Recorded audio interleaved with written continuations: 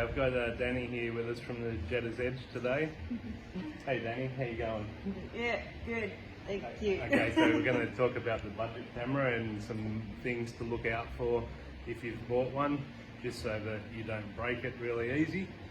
So what are some things that you would probably look out for?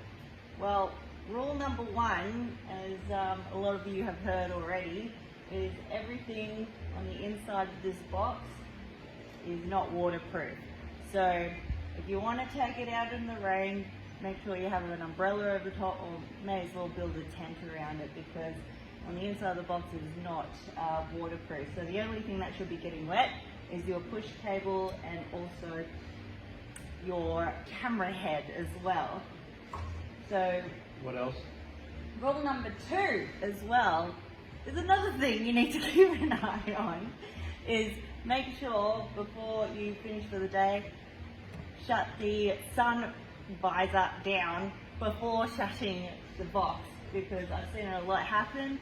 It might be an accident, you might be in a rush, the camera might be on a downward hill and a little gust of wind will make the lid come down and then bang, crack your screen, and that's a screen replacement or even a new panel.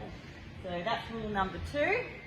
And then rule number three is, we always like to say, do not lend it to your friends, because they won't look after it as well as you will. Well, there you have it. Thanks, Dani.